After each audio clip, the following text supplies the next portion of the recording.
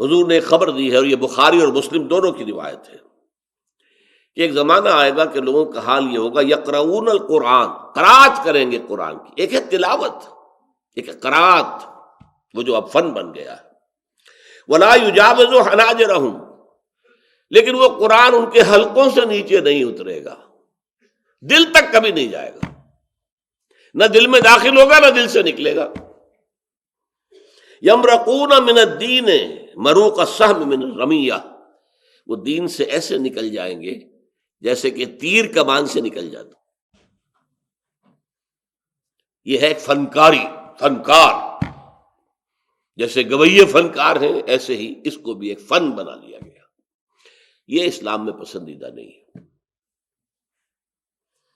پھر قرآن مجید کی تلاوت کرنا، ایک ایسا شخص جو سودی کاروبار کر رہا ہے قرآن پڑھ رہا ہے،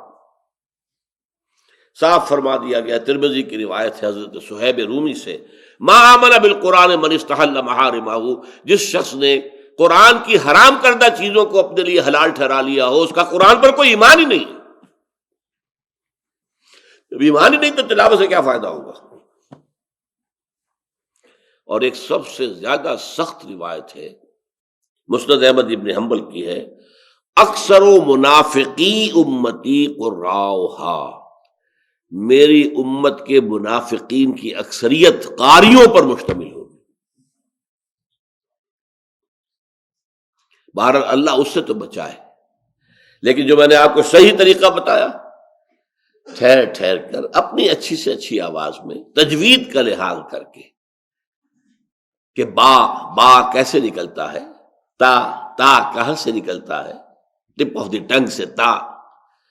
ہا حرف سے نکلتا ہے،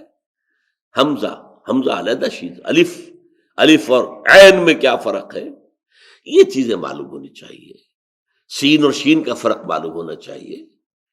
اور اس میں انسان چھوٹا کاف اور بڑا کاف، قلق کاف بڑا جو ہے قلقلے کے ساتھ نکلے، اس کے ساتھ جو ہے یہ اپنی جگہ ہے۔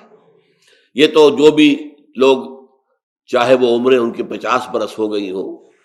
لیکن اگر انہوں نے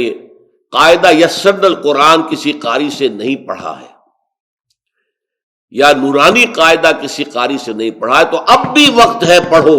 تاکہ قرآن کو صحیح طریقے پر ادا کر سکو۔